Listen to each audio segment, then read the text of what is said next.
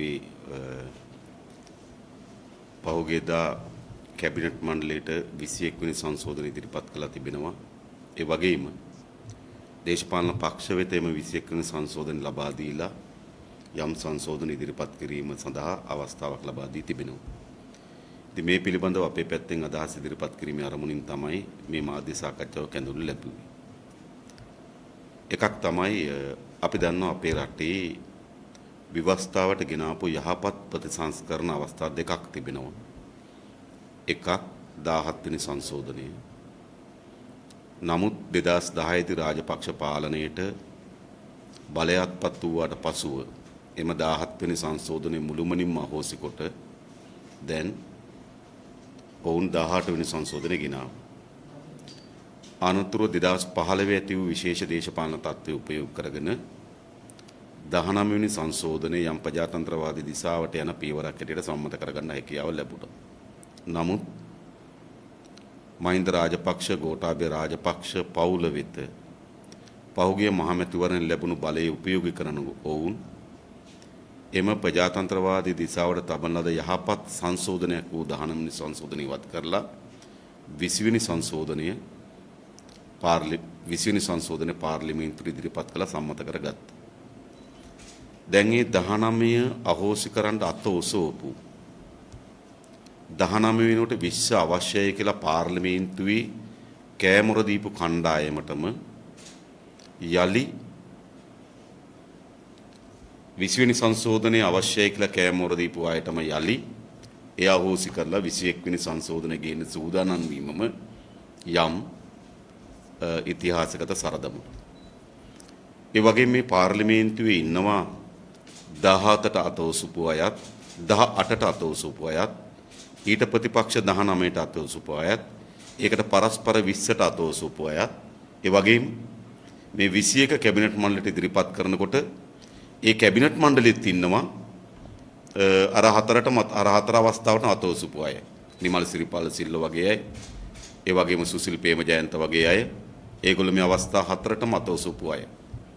ඉතින් ඒ නිසා අපේ රටේ විවස්ථා මේගොල්ලන්ගේ එක් වෙලාවේ තමන්ගේ බලසූදුවේ උවමනාවන් වෙනුවෙන් එක් වගන්ති වෙනස් කරන විවස්ථාවක් බවට පත් වී තිබෙනවා. නමුත් යලිත් සමාජය තුළ මේ 21 වෙනි සංශෝධනය පිළිබඳව සාකච්ඡාවක් මතුවලා තිබෙනවා.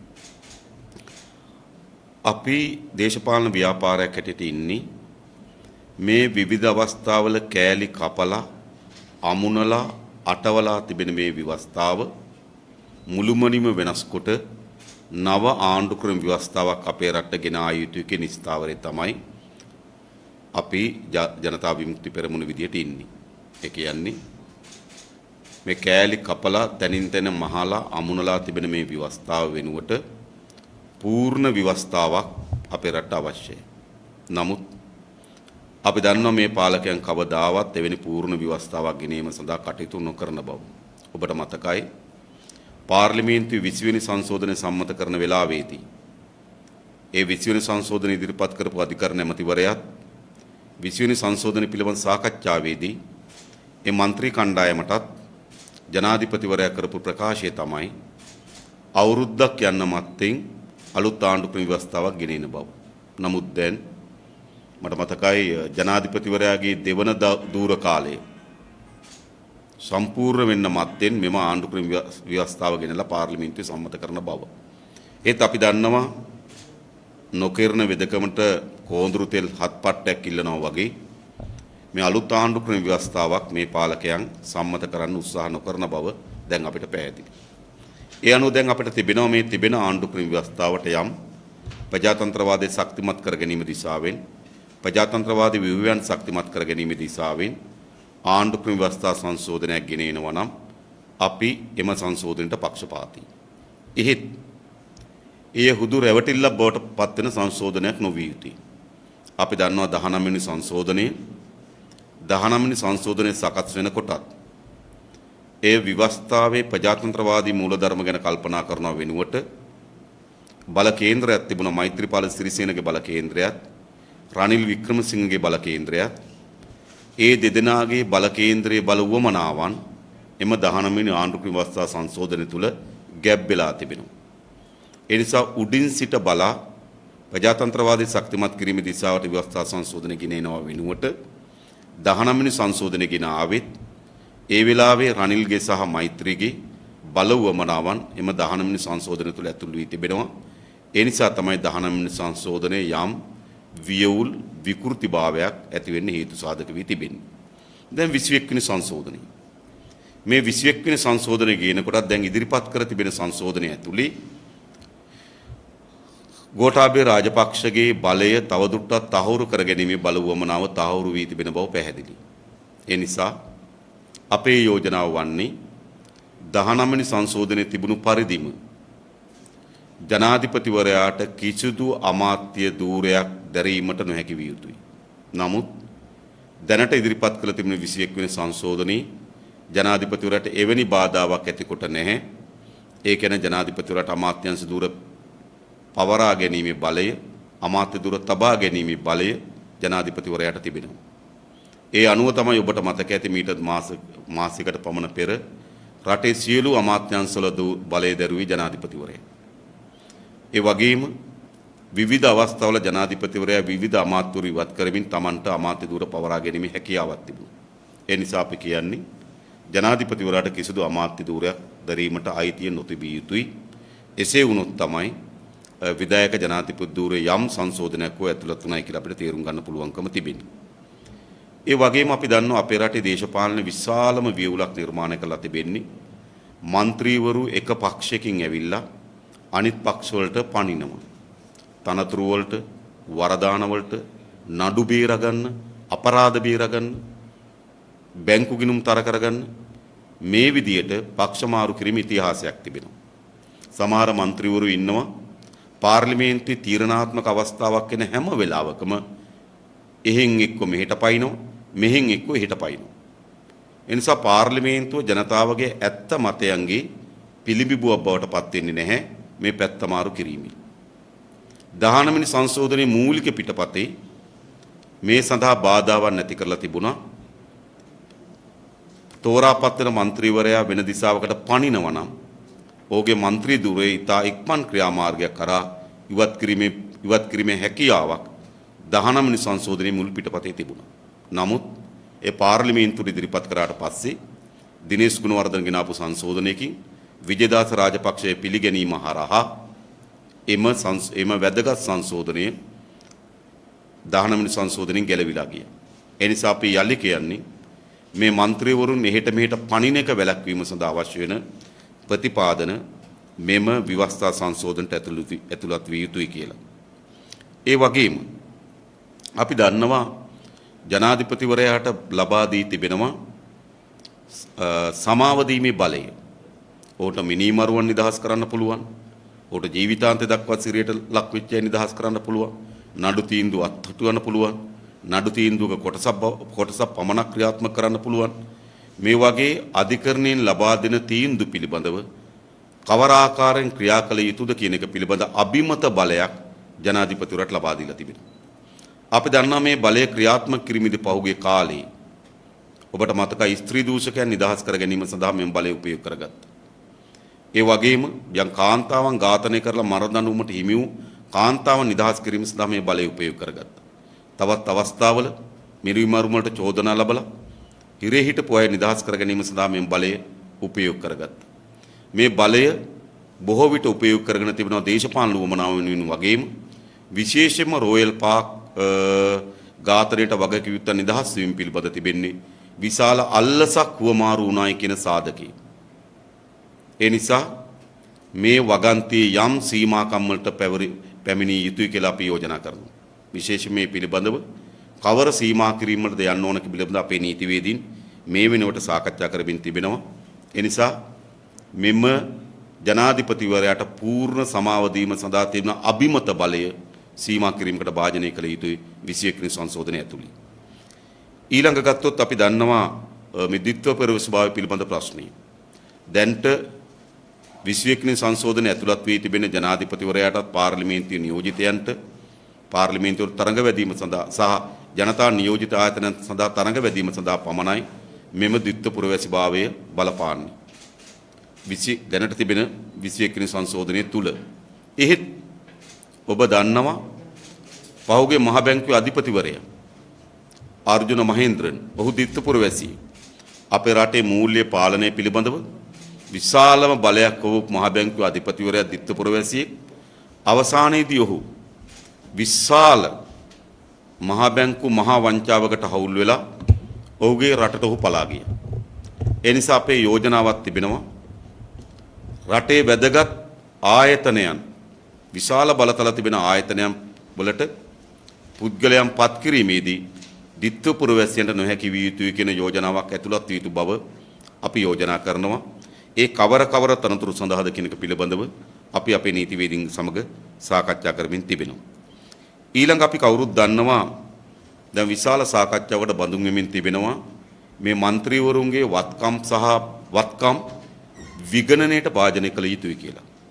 අපගේ ස්ථාවරය වන්නේ විගණනයෙන් පමණක් නිවැරදිව තෝරා ගන්න බෑ. සා විගණන දෙපාර්තමේන්තුවට ඒ සඳහා අවශ්‍ය වෙන පූර්ණ බලයක් නැහැ. ඒ නිසා ඇත්තටම മന്ത്രിවරු ජනතා නියෝජිතයින් වත්කම් බැරකම් ප්‍රකාශයක් ලබා දුන්නාට පසුව ඒ වත්කම් බැරකම් ප්‍රකාශය මත පදනම්ව විමර්ශනයක් කිරීමේ බලය විමර්ශන ආයතන වෙත ලබා දිය යුතුයි. අපරාධ පරීක්ෂණ දෙපාර්තමේන්තුවට අල්ලස්සෝ දූෂණ කොමිෂන් සභාවට മന്ത്രിවරයෙක් ඉදිරිපත් කරන වත්කම් බැරකම් ප්‍රකාශ මත පදනම්ව විමර්ශනයක් කළ හැකියි. ඒ විමර්ශන කාල පරිච්ඡේදය ඇතුළත පුරවැසියන්ගෙන් ඉල්ලා සිටිය හැකි මෙම මහජන නියෝජිතයන් අයථා ලෙස උපයා ගන්න ලද දේපල පිළිබඳව ඔබ ගාව තොරතුරු තිබෙනවා නම් ඔබ ගාව ඒ සඳහා දත්ත තිබෙනවා නම් ඒවා මෙම විමර්ශන ආයතන වෙත ලබා දෙන්න කියලා ඉල්ලීමක් කළ හැකියි. ඒවද වත්කම් බැරකම් ප්‍රකාශ මත පදනම්මද ඔවුන්ගේ දේපල පිළිබඳ පූර්ණ විමර්ශනයක් කිරීම සඳහා වගන්ති මෙම ආණ්ඩු ක්‍රම ව්‍යවස්ථා සංශෝධනට ඇතුළත් විය යුතුයි කියන එක අපි කල්පනා කරනවා. ඒ වගේම වැදගත් දේ දැන් මේ විධායක ජනාධිපතිවරයා දූරී බලතල සංශෝධනය හරහා සැලකිය යුතු බලතල ප්‍රමාණයක් අගමැතිවරයාට පැවරෙනවා. තවත් බලතල ප්‍රමාණයක් පාර්ලිමේන්තුවට පැවරෙනවා. තවත් බලතල ප්‍රමාණයක් කැබිනට් මණ්ඩලයට පැවරෙනවා. තවත් බලතල ප්‍රමාණයක් පාර්ලිමේන්තුවෙන් තෝරාපත් කරනු ලබන ආණ්ඩු ක්‍රම ව්‍යවස්ථා සභාවන්ට පැවරෙනවා. ඒ කියන්නේ ජනාධිපතිවරයා සතුව තිබෙන බලතල විවිධ ව්‍යුහයන්ට පැවරෙනවා. ඒකෙදි වැදගත් එකක් තමයි අගමැතිවරයාට පැවරෙනවා. පාර්ලිමේන්තුවට පැවරෙනවා. එතකොට වර්තමාන අගමැතිවරයා පාර්ලිමේන්තු මැතිවරණදී පරාජයටපත් වූ අගමැතිවරයෙක්. ඔහු ජාතික ලේස්තු යාන්තම් රිංගගෙන පාර්ලිමේන්තුවට ආපු අගමැතිවරයෙක්. එනිසා රටෙන් ප්‍රතික්ෂේප වූ අගමැතිවරයෙක්. දැන් මොකද වෙන්නේ? මේ ආණ්ඩු ක්‍රම ව්‍යවස්ථා සංශෝධනය හරහා එම අගමැතිවරයාට විශේෂ බලතල ලැබෙනවා.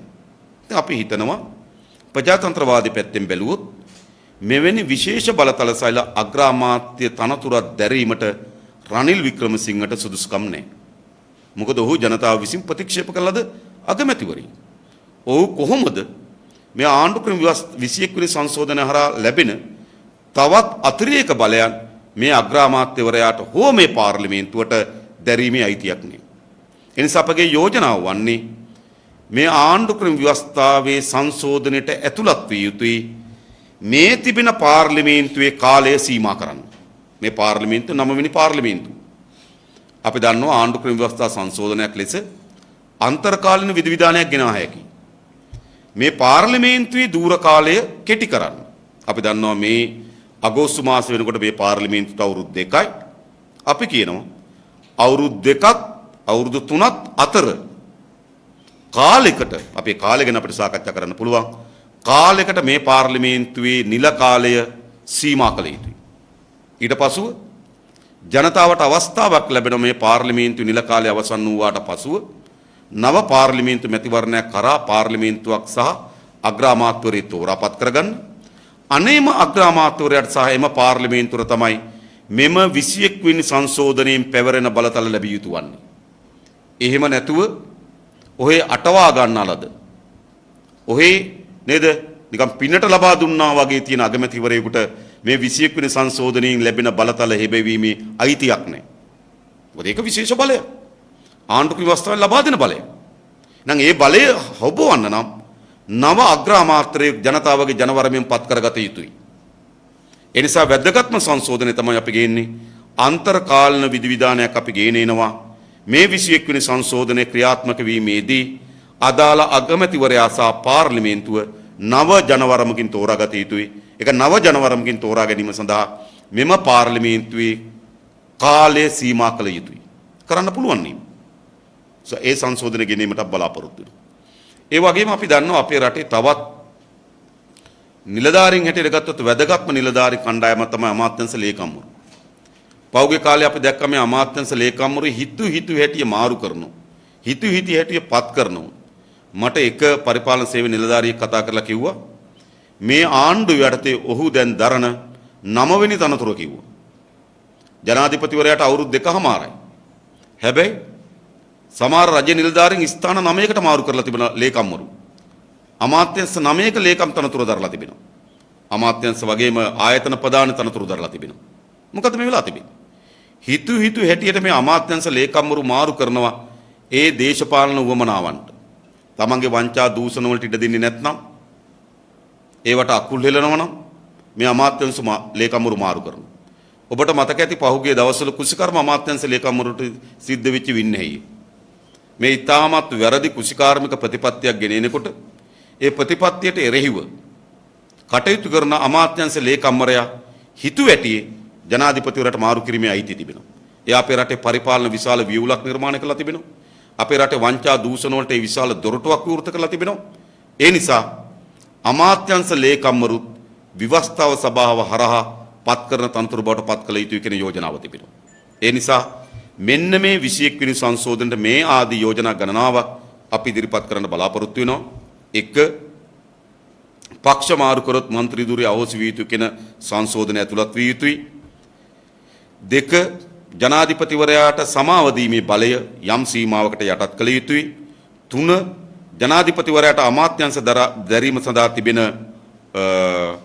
බලය ජනාධිපතිවරයාට අමාත්‍යංශ දැරීම සඳහා අවස්ථාවක් නොලැබිය යුතුයි. ද්විත්ව පුරවැසියන් තවත් රජයේ වැදගත් තනතුරු වලට ද්විත්ව පුරවැසියන්ට පත්වීම සඳහා බාධාවන් ඇති කළ යුතුයි. අමාත්‍යංශ ලේකම්වරු විවස්ථාව සභාව හරහා පත් කරගත යුතුයි. ඒ වගේම ජනතා නියෝජිතයන්ගේ වත්කම් බැරකම් ප්‍රකාශ හා ඊට අදාළ වෙන පැමිණිලි මත පදනම්ව අල්ලස් කොමිසම හෝ අපරාධ පරීක්ෂණ දෙපාර්තමේන්තුව ඔවුන්ගේ වත්කම් පිළිබඳව විමර්ශනයක් සිදු කිරීම සඳහා බලය මෙම සංශෝධනයට ඇතුළත් කළ යුතුයි. ඒ වගේම මෙම නව සංශෝධනය හරහා ගොඩනැගෙන පාර්ලිමේන්තුවට සහ අග්‍ර අමාත්‍යවරයාට වර්තමාන පාර්ලිමේන්තුව සහ අග්‍ර අමාත්‍යවරයාට ඒ බලතල දැරීමට කිසිදු සදාචාරාත්මක ප්‍රජාතන්ත්‍රවාදී අයිතියක් නොමැති බැවින් මෙම නව 21 වෙනි සංශෝධනය හරහා පැවරෙන බලතල ක්‍රියාත්මක කිරීම සඳහා නව පාර්ලිමේන්තුවක් නව අගමැතිවරයෙක් තෝරාපත් කර ගැනීම සඳහා ජනවරමකට ඉඩ ලබා දී යුතුයි. ඒ සඳහා මෙම පාර්ලිමේන්තුවේ කාලය සීමා කළ යුතුයි. මේ යෝජනා ටික සහ තවත් අපි යෝජනා සාකච්ඡා වෙමින් තිබෙනවා. මෙම යෝජනාවන් අපි මෙම 21 වෙනි සංශෝධනයේට අපේ සංශෝධන හැටියට අපි බාර දෙන්න බලාපොරොත්තු වෙනවා. ඉතින් මේ කරුණු කීපේ තමයි ඔබට ඉදිරිපත් කරන්න තිබුණේ 21 වෙනි සංශෝධනය පිළිබඳ අමතර කරුණු තිබෙනවා නම් ඔබට පුළුවනි සාකච්ඡා කරන්න.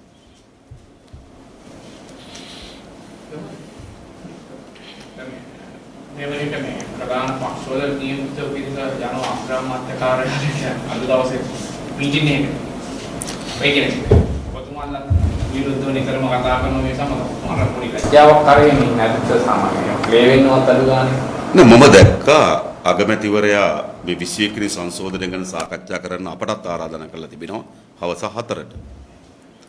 මම හිතනවා අග්‍රාමාත්‍යවරයාත් එක්ක මාලිගා කුමන්ත්‍රණ අපිට නෑ. අධිකරණ අමාත්‍යාංශයේ අධිකරණ අමාත්‍යවරයා විසින් අප වෙත මේ 21 වෙනි සංශෝධන ලබා දී තිබෙනවා. එම 21 වෙනි සංශෝධනට යෝජනාවන් ඔවුන්ට ලිඛිතව එවන්න කියලා ඉල්ලා සිටිනවා. ඉතින් අපි ලිඛිතව දෙන්න බලාපොරොත්තු වෙනවා. හැබැයි ඔවුන් ඉල්ලා තියෙන අද නමුත් අපිට මේක හම්බුනේ පෙරේදා. ඒ නිසා අපිට තව දවසක දෙකක විතර කාලයක් අවශ්‍ය වෙවි. නමුත් අපි මේ යෝජනා අධිකරණ අමාත්‍යාංශයේ අමාත්‍යවරයා වෙත ලිඛිතව බලාපොරොත්තු දෙන්න බලාපොරොත්තු. ඊළඟ මේ සම්මත කිරීමේ ක්‍රියාපටිපාටියක් තිබෙනවා. එම සම්මත කිරීමේදී මේ ගැසට් කරන්න ඕන. මේ පාර්ලිමේන්තුව ඉදිරිපත් කරන්න ඕන. අනතුරුව පාර්ලිමේන්තුවේ උපදේශකාර සභාවට එන්න ඕන. අධිකරණ අමාත්‍යාංශ උපදේශකාර සභාවට ගිහිල්ලා අපි අපේ යෝජනාවන් සහ අදහස් ඉදිරිපත් කරන්න අපි බලාපොරොත්තු වෙනවා. අනතුරුව මේක පාර්ලිමේන්තුවට එන්න ඕන සම්මත කරගන්න. එම පාර්ලිමේන්තුවේදී කාරක සභාව අවස්ථාවේදී අපි අපේ සංශෝධන ඉදිරිපත් කරන්න අපි බලාපොරොත්තු වෙනවා. එසේ නැතුව මම හිතන්නේ මාලිගාව ඇතුලේ සිද්ධ වෙන සාකච්ඡාවලින් මේකට කිසි පළක් නැහැ. ඒ නිසා එවැනි සාකච්ඡාවකට අපි සහභාගී වෙන්නේ නැහැ. අපි යම් ව්‍යවස්ථා සංශෝධනයක් සම්මත කර ගැනීම සඳහා තිබෙන නිශ්චිත රාමුව ඇතුලේ අපට තිබෙනවා යම් යෝජනාවන් ඉදිරිපත් කරන්න අවස්ථාව. අන්න ඒ අනුව අපි අපේ යෝජනාවන් ඉදිරිපත් කරන්න බලාපොරොත්තු වෙනවා. ඇයි මේ සාමාන්‍ය කියන්නේ පූල් එකට බහැලා මේක ගේම් එකේ ඉන්න බැරි අය ඔබතුමාලට ඒක දැනට බහැලා එතන අරගෙන රණ්ඩු වෙලා මේක කරන්න බැරි අය ඔබතුමාලට ඒ ෆීල්ඩ් එකට බකින්නේ නැත්තේ හැමතිස්සෙම අර ඉස්සෙල්ලා ආණ්ඩුව පාර ගන්න ඉන්න කියලා තරන නෑ අපි නෑ කියන එකක් අපිට මේ පූල් එක මොනවද දන්නවද? මේ පූල් එක විස වලින් පිරලා තියෙනවා. ওই පූල් එකේ පීනපු දවසේ ඉඳන් බැහැපු දවසේ ඉඳන් පහුවදා ඉඳන් කහ ඉන්න වෙනවා. හරිද? ඒ නිසා ඔය පූල් එකේ බහිමින කිසි තේරුමක් නැහැ. මොකද අපි දන්නවා මේ රටේ ජනතාව ඇති තරම් ඔය මල්ල ඔබලා බල්ලා තිනවා, ලෙහෙලා බල්ලා තිනවා, ගසලා බල්ලා තිනවා. මේ අලුත් අය නෙවෙයි. මේ අලුත් දේශපාලන සංස්කෘතියක් නෙවෙයි. ඒ නිසා මම හිතන්නේ මේ ඔබලා බලපු, ලෙහෙලා බලපු, ගසලා බලපු මල්ල ආයත් අදා බලන දෙයක් අපිට නන්නේ. ඒ නිසා අනිත් ඔක්කොටම පෙරහැරේ ගිහිල්ලා ඒ මල්ල නැවත ඔබලා බලන්නත් පුළුවන්, ලෙහෙලා බලන්න පුළුවන්. නමුත් මේ දේශපාලන අන්ධකාරයට, අන්ධභාවයට ජනතා විමුක්ති පෙරමුණපත් වෙන්නේ නැහැ. ඒ වගේම සාධන අපිට පොඩ්ඩක් දැනගන්න පුළුවන් දැන් සමාජයේ කතිකාවක් තියෙනවා. දැන් මේ පාර්ලිමේන්තු 225ම ඕනේ කියන මතයක් ගොඩනැගිලා තියෙනවා දැන් කොහොමද? ඒ 25ම දැන් ආයිසර මොන ඡන්දෙ තිබ්බත් ඒ 25ම තමයි එනවා කියලා කියන්නේ 225ම තමයි එනවා කියලා කියන්නේ. කවුද කියන්නේ? ජනතාව කියන්නේ. දැන් ඒක නිසා ජනතාව අතර මතයක් මේ ගොඩනැගිලා තියෙනවා. බුද්ධි මණ්ඩලයක් කරනවා. නැත්නම් යම්සේ මේ වෘත්තීය මණ්ඩලයක් කරනවා. කණ්ඩායමක් කරහා මේ පාර්ලිමේන්තුවේ උපදෙස් දෙන විදිහට පත් කරලා ඒ හරහා මේ තීරණ අරගෙන මේ රට දිනු කරන තත්ත්වයකට කරන්න පුළුවන් කියලා ඔබ හිතන්නේ මේ අමාත්‍යංශ වලට මේ පාර්ලිමේන්තුවට මේ ජනාධිපතිතුන්ට උපදෙස් මදිකමද තියෙන්නේ? නෑ උපදෙස් වල මදිකමක් නෑ. උපදෙස් ටොංගණන් තියෙන මේගොල්ලන්ට. මේ පාර්ලිමේන්තුවට මේ ජනාධිපතිවරට මේ අමාත්‍යවරයන්ට අලුතෙන් උපදේශයක් වුණොත් හොරකම් කරන්න එපා කියලා. මේ ජනාධිපතිවරු මේ ඇමතිවරුන්ට අලුතෙන් උපදේශයක් වුණාද නීති කඩන්න එපා කියලා. මේ ජනාධිපතිවරුන්ට ඇමතිවරුන්ට අලුතෙන් උපදේශයක් වුණාද මහජනක ධනෙ නාස්ති කරන්න එපා කියලා. අලුත් උපදේශ උන්නේ. ඒ නිසා මේක උපදේශන සේවාවකින් විසඳන්න පුළුවන් ප්‍රශ්නයක් නෙවෙයි. ජනතාව මේ පාර්ලිමේන්තුවේ മന്ത്രിවරුන් පිළිබඳ විරෝධයක් තිබෙනවා. හැබැයි මේ කිසි පාර්ලිමේන්තු മന്ത്രിවරේ ජයන්තිපුර ගේට්ටුවෙන් ඇතුල් වෙලා පාර්ලිමේන්තුවේ දොර කඩාගෙන සභාගර්භය ඇවිල්ලා වාඩි වුණා නෙවෙයි. මේ හැම කෙනාම තෝරාපත් කරලා එවලා තිබෙන්නේ ඒ පළාතේ മന്ത്രിවරු. ඒ පළාතේ ජනතාව. ඒ නිසා අපි කියන්නේ මොකක්ද? මේ පාර්ලිමේන්තුවේ උන අලුත් පාර්ලිමේන්තුවක් ඕන ඒක ඇත්ත. හැබැයි ඕන කියලා හඬ නගන ජනතාව අතේ තමයි මේ බලය තිබෙන්නේ. ඒ නිසා මා හිතනවා ඒ නිසාම තමයි අපි කියන්නේ අලුත් ජනවරමකට අවස්ථාවක් අපේ රටේ ජනතාවට ලබා දී යුතුයි. නව පාර්ලිමේන්තුවක් තෝරාපත් කර ගැනීම හරහා අනතුරුව අපිට පුළුවනි එක එක ශේෂ්ත්‍ර පිළිබඳව කුස්කර්මාන්තය ගොඩනැගීම සඳහා ඒ පිළිබඳ විශේෂඥ සහාය ලබා ගන්න, ආර්ථික ගොඩනැගීම සඳහා ඒ පිළිබඳ විශේෂඥ සහාය ලබා ගන්න. ඒකට විවෘතව අපි සූදානම්. හැබැයි මා හිතන්නේ නෑ මේ ජනාධිපතිවරුන්ටත් මේ ඇමති මණ්ඩලයටත් මේ ආණ්ඩු පක්ෂ മന്ത്രിවරුන්ටත් මේ පාර්ලිමේන්තු නියෝජන කරන ගොඩාක් മന്ത്രിවරුන්ටත් උපදේශන සේවාවකින් පමණක් මේ ප්‍රශ්න විසඳන්න පුළුවන් වෙයි කියලා අපි හිතන්නේ නැහැ. ඒ නිසා මේ ප්‍රශ්න විසඳිය හැකි වන්නේ ශක්තිමත් නව ආර්ථික දේශපාලන වැඩපිළිවෙළ සහිත පාලනයක් ගොඩනගා ගැනීම විතරයි.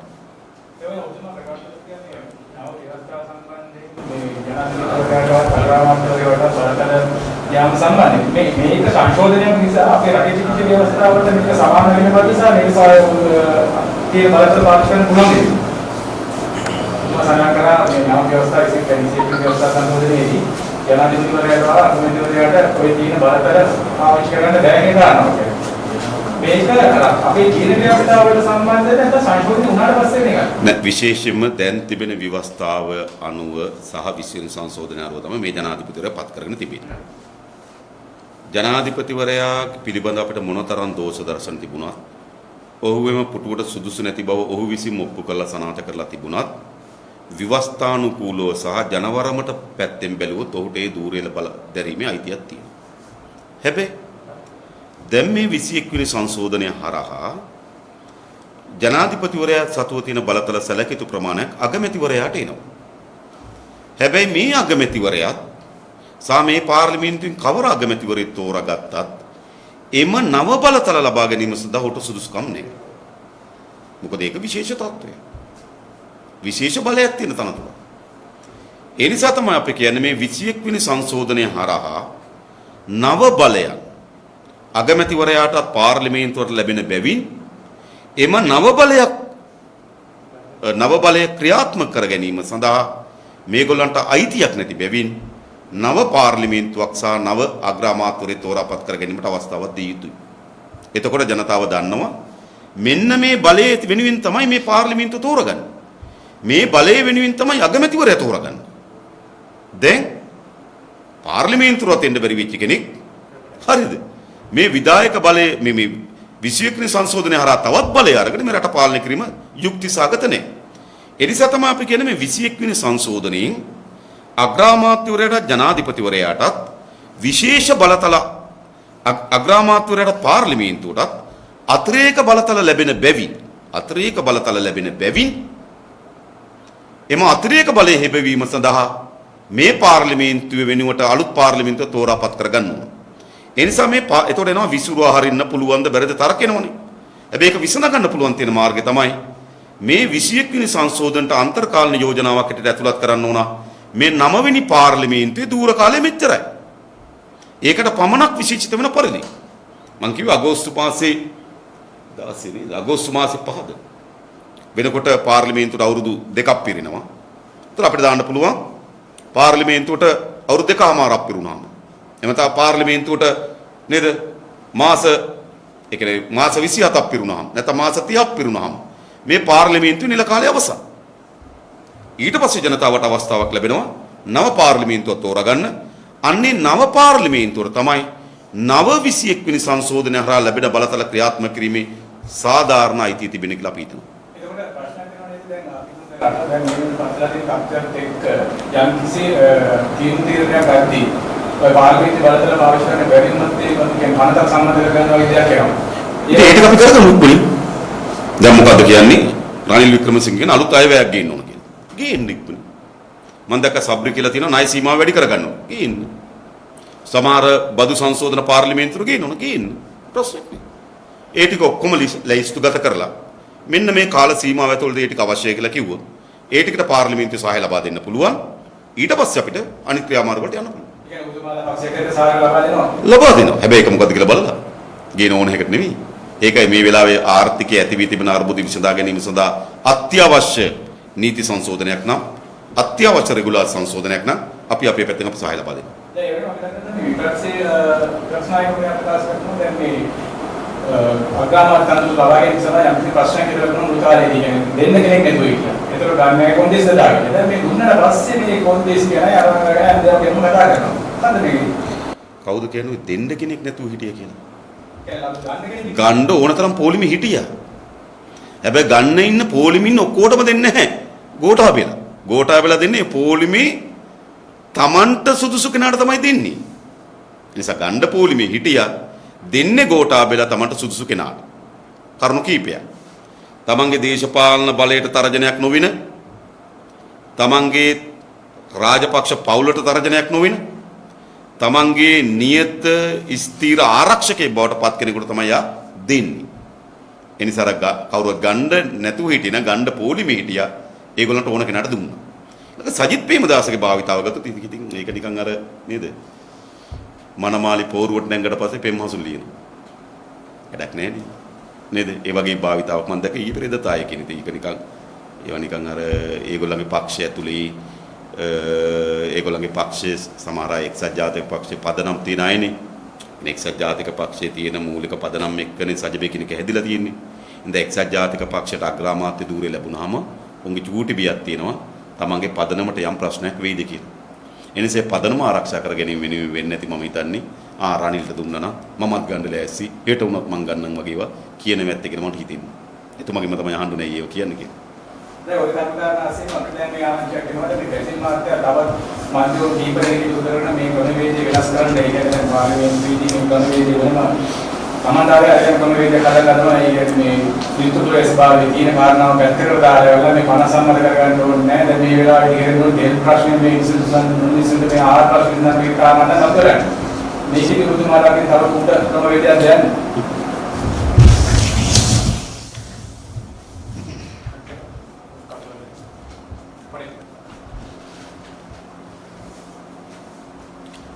ඇත්ත රටේ බරපතල ආර්ථික ප්‍රශ්නයක් තියෙනවා. ජනතාවට පීඩාවට පත් වෙලා ඉන්නේ ආර්ථික ප්‍රශ්නේ. තෙල් ප්‍රශ්නේ, ගෑස් ප්‍රශ්නේ, ඖෂධ ප්‍රශ්නය, විදුලිය නැතිකම මේ සියලු ප්‍රශ්න වලින් ජනතාව පීඩාවට පත් වෙලා ඉන්නවා. ඒතකොට ජනතාව අද පාරට බැහැලා ජනාධිපතිවරට ඉවත් වෙන්න කියන්නේ මේ ආණ්ඩුවට ඉවත් වෙන්න කියන්නේ ඒ ප්‍රශ්න වල උත්තර දුන්නේ නැති නිසා. ඒතකොට මේ දැන් මේ ආර්ථික අර්බුදය ඒ ආර්ථික අර්බුදයේ සීමාවෙ නෙවෙයි තියෙන්නේ. එතනින් එහාට ගිහිලා ආර්ථික අර්බුදය වගේම මේ සමාජ අර්බුදය, දේශපාලන අර්බුදය බවට පත් වෙලා තියෙනවා. එහෙමනම් මේ ආර්ථික අර්බුදය විසඳීම සඳහා යම් හෝ ප්‍රවේශයක් ගන්න. යම් පියවරක් ගන්න නම් අනිවාර්ය වශයෙන් මේ දේශපාලන ප්‍රශ්නයටත් උත්තරයක් ලබා දිය යුතුයි. ඒ දේශපාලන අර්බුදය විසඳීම හරහා තමයි ආර්ථික ප්‍රශ්නයට උත්තරයක් හොයන්න ප්‍රවේශ වෙන්න වෙන්නේ. ඒ නිසා අපි කලින් මේ මාසේ 11 වෙනිදා යෝජනා කරපු ආකාරයට මේ ප්‍රශ්නෙට ප්‍රවේශ වෙන දේශපාලන විසඳුමේදී යම් ව්‍යවස්ථා ප්‍රතිසංස්කරණ ප්‍රමාණයක් කරන්න වෙනවා. හරිද? ඒක අපි විධායක ජනාධිපතිවරයා හොස් කිරීම දක්වා වෙච්ච සීමාවටම යන්න උත්සාහ කරන්නට ඕනේ. නමුත් ව්‍යවස්ථා ප්‍රතිසංස්කරණත් ආර්ථික සිදු කරන වෙනස්කම් කරගන්නත් අත්‍යවශ්‍යයි මෙතනින් ගොඩ එන්න. හැබැයි කවුරු හරි කියනවා නම් දැන් මේ වෙලාවේ මේ ව්‍යවස්ථා සංශෝධනය හරි මේ නීති ප්‍රතිසංස්කරණම නෙවෙයි දැන් තියෙන මේ ආර්ථික ප්‍රශ්න කියලා එතන තියෙන තක්කඩිකම. Tamanට රටේ ජනතාවගේ ආර්ථික ප්‍රශ්න විසඳන්න බෑ සහ උවමනාවකුත් නැහැ. ඒ ඇස්සේ මොනවා හරි මේ ජනතාවගේ බලකිරීම මත පාර්ලිමේන්තුව දෙයක් සිදු කරනවා නම් ඒකටත් අකුල් හෙලන්න තමයි මේ උත්සාහ කරමින් ඉන්නේ. එතනදී බැසිල් රාජපක්ෂ පාවිච්චි කරන්නේ පහුගිය මහමැතිවරණයේදී Tamanට ලැබිච්ච පාර්ලිමේන්තු බලය. හැබැයි උන් තේරුම් ගන්න ඕන ඒ පාර්ලිමේන්තු බලයයි අද එළිය තියෙන ජනමතය අතර බරපතල වෙනස්කමක් තියෙනවා. බැසිල්ට එක වරප්‍රසාද දීලා පොරොන්දු දීලා පාර්ලිමේන්තුවේ බහුතරය පෙන්වන්න පුළුවන් වුණාට ඒක එළිය ජනමතයත් එක්ක එකඟ නැහැ සහ එළියේදී ඒ ප්‍රශ්න විසඳන්න ඒ බහුතර පාර්ලිමේන්තු බලය ප්‍රමාණවත් වෙන්නේ නැහැ සහ සාධාරණත් නැහැ. අනිවාර්ය වශයෙන්ම මේ දේශපාලන විසඳුමට මේකට යම් ප්‍රවේශයක් වෙන්න තිබෙන දේශපාලන මාර්ගයට කවුරු හරි බාධා කරනවා නම් ඒ කරන්නෙම තමන්ගේ ඉතාම කැත නින්දිත පටු දේශපාලන උමන නෙවෙයි. ඒ වගේම උතුම් කතාවේ ගෑස් ප්‍රශ්නේ කරන ගෑස් ප්‍රශ්නේ මේ වකවානුවේදී අද මාධ්‍ය වාර්තා කරනවා මේ ගෑස් අරගෙන නැවක් අතරමඟදී දෙන්නේ නැති වෙලා ආයි ඉන්දියාවට අරගෙන යනවා කියන කාරණා. මේක වෙන්න පුළුවන්. දැන් මේ ප්‍රශ්නවලට උත්තර හොයන්න විවිධ අමාත්‍යාංශ ආණ්ඩු තිබුණට අපිට පේනවා ඒවායේ කිසිම ජනතාවට පිළිගන්න පුළුවන් සාධාරණ විසඳුමකටවත් ආණ්ඩුව ප්‍රවේශ වෙලා නැහැ කියලා. ජනතාව තමගේ එදිනදා ප්‍රශ්න විසඳ ගන්න උත්තර බලාපොරොත්තු වෙනවා. අඩු ගන්න උත්තරේ ප්‍රමාද වුණත් ඒකට නිසි මැදිහත් වීමක්වත් වෙනවා නම් ජනතාව යම් දුරකට හරි ඉවසගෙන ඉඳීවි. මොකද අපිට පේන්නේ එහෙම නෙවෙයි. මේ සියලු ප්‍රශ්න වලදී ගෑස් එකේ එහෙමයි, තෙල් එකේ එහෙමයි. තෙල් සංස්ථාවේ සමහර වෘත්තීය සමිති එළිදරව් කරලා තියෙනවා මේ මොහොතේ තෙල් මිලදී ගැනීමෙදිත් මේ වගේ අක්‍රමිකතා සිද්ධ වෙනවා කියලා. ගෑස් මිලදී ගැනීමෙදිත් මේ වගේ දේවල් සිද්ධ වෙනවා. මේක ඇතුලේ තියෙන්නේ අර්බුදය තමන්ගේ බඩ වඩා ගන්නත් මේ මොහොතේ පාවිච්චි කරන බව තමයි මේ සිදුවීම් වලින් පෙන්වන්න කරමින් යන්නේ. කියන්නේ නැවක් එනවද මං ආන්නේ අර තෙල් නැතුව කියන්නේ සාමාන්‍ය දීප සීමාවට යන්න තෙල් නැතුව එනවා නැවක් ඇමරිකාවට. ඒ කියපු කෙනාගේ මොකද තමයි අහගන්න තියෙන්නේ. මොකද මේ ආණ්ඩුව කියන හැටියෙන් නම් නේද? මේ ඔවුන් හිතාගෙන ඉන්නේ ඔවුන් කියන හැම දෙයකටම ජනතාව රැවටෙයි කියලා නේද? ඔවුන් කියන හැම බේගලයක්ම ඉවසගෙන ජනතාව ඉඳී කියලා තමයි හිතාගෙන ඉන්නේ. ඒ නිසා මේ දැන් ප්‍රශ්නයක් නැහැ බහුසර් වෙනවා දැන් හැරවිලත් යනවා තෙල් වල මේ ෂෙඩ් වල තෙල් තියෙනවා වගේ කතාත් කියන්නේ ඕකත් එක තමයි. ඒ නිසා මේ නැවක් එනවා නම් නේද අනිවාර්ය වශයෙන්ම තෙල් ගහගෙන එන්නේ නිසා යන්නත් තෙල් ගහගෙන තමයි ඒගොල්ලෝ එන්නේ. ඒ නිසා ඔවැනි කතා දැන් අර විහිළුවක් වෙලා තියෙන මෙවැනි විහිළු නිසා තමයි ආණ්ඩුව මේ ප්‍රශ්නෙන් පීඩාවට පත් වෙලා ඉන්න ජනතාව පිළිබඳව මේ වගේ ඊටාම අර පයට පෑගෙන දූවිලි තරමට නොසලකා ඊටාම අවමන් සහගතව ඒ ජනතාව ගැන හිතීමත් මේ ජනතාවගේ විරෝධය ආවේගයන් වැඩි වෙන්න බලපාලා තියෙනවා. හරි. අවසන් ඔස්සේ මෙහෙම කියන්නේ දැන් අපි මේ 21 වෙනි සංශෝධනය සඳහා අපේ පැත්තෙන් අපි සංශෝධන ගණනාවක් ඉදිරිපත් කිරීමට බලාපොරොත්තු වෙනවා. අපි අද ඉදිරිපත් කරේ සංශෝධන වලින් කීපයක්. අපේ නීතිඥ කණ්ඩායම මේ පිළිබඳ දීර්ඝ ලෙස අධ්‍යයනය කරමින් තවත් ඇතුළත් යුතු සංශෝධන ගණනාවක් සකස් කරමින් තිබෙනවා. ඒ සියලු සංශෝධනයන් සහිතව අපි මේක අධිකරණ අමාත්‍යාංශ අපිට ඒවා තිබෙන ඉල්ලීමට අනුව අපි ලිඛිතව ලබා දීමට බලාපොරොත්තු වෙනවා. ඒ වගේම පාර්ලිමේන්තු උපදේශක කාර්ය සභාවේදී මේ පිළිබඳ අපේ කරුණු ඉදිරිපත් කරන්න බලාපොරොත්තු වෙනවා. ඒ වගේම පාර්ලිමේන්තුවේ කාරක සභාව අවස්ථාවේදී අපේ පැත්තෙන් අපි මේ ව්‍යවස්ථා සංශෝධන යහපත් සංශෝධනයක් බවට පත් කර ගැනීම සඳහා අපි ප්‍රයත්න දරනවා. ඒ වගේම මේ සංශෝධනය ඉතා හොඳ නිකන් ඔය ආවට ගියාට ගැලවිච්ච ඒ කියන්නේ අර ගැලවීම සඳහා වෙන සංශෝධනයක් වෙනුවට යහපත් සංශෝධනයක් බවට පරිවර්තනය කර ගැනීම සඳහා අපේ පැත්තෙන් අපි උපරිම මැදිහත් වීම කරනවා. එසේ නැතුව ආවට ගියාට ඔහේ එන සංශෝධනයක් නම් අපි එහෙම එකඟතාවයක් පළ කරන්න සූදානම් නැහැ. විධිමත් අත්‍යවශ්‍ය කරුණු ජනතාව මේ මොහොතේ ඉල්ලන නීතිමය ප්‍රතිපාදන වලට ඇතුළත් වන කරුණු මේ සංශෝධන තුළ ඇතුළත් නම් අපේ පැත්තෙන් ඒ සඳහා අපි සහාය දෙන්න සූදානම්.